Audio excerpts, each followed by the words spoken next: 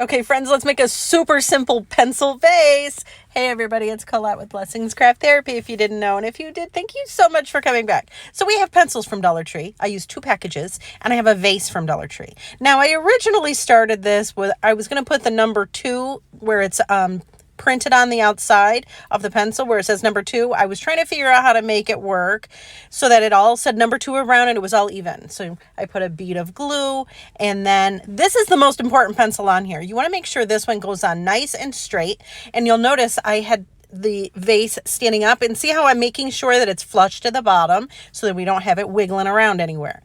Then again, we're going to do same song, second verse ad nauseum today. So I do some more glue, and then we're just going to put that one right next to the other one. And same process though, I use my hand and just kind of make sure that it's flush to the bottom. Then I decided, wait a minute, that's silly. If I put the glue on the part where it's printed number 2, then it's like the same place all the way around. And I don't have to worry about making sure it's all straight. It's all like even. I know. Love me through it. Sometimes it takes me a minute to process, but the joyous thing about that is I make the mistakes so you don't have to. You're welcome. Learn from my mistakes. Or you maybe have a different idea, and that's cool too. You will go through some glue sticks with this. Trust and believe. That's okay, though. You could use other glue if you wanted to, but I used hot glue because if you know anything about me, you know that I don't like wasting things. I like things that have more than one purpose, and so this looks pretty, but then because it's with hot glue, you could pop the pencils off and still use them. I'm just saying. I know, it's crazy.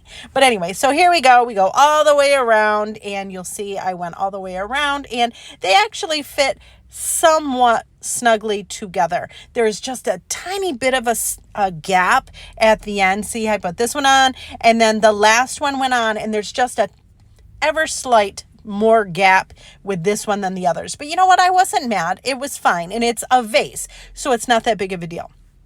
Listen, I don't know about you. I love giving gifts.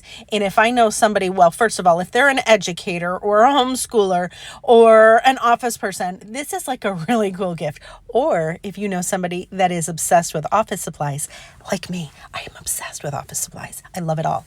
So we have it all done. And then I decided to take a cute little polka dot ribbon and just tied in a little bit of a bow. I didn't even make it so it was permanent because, again, you could untie this and use it again. I'm just saying.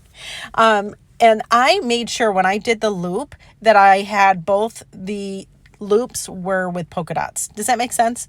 And then I just adjusted a little bit. This was so simple. It just used a lot of hot glue. That was all. That first pencil.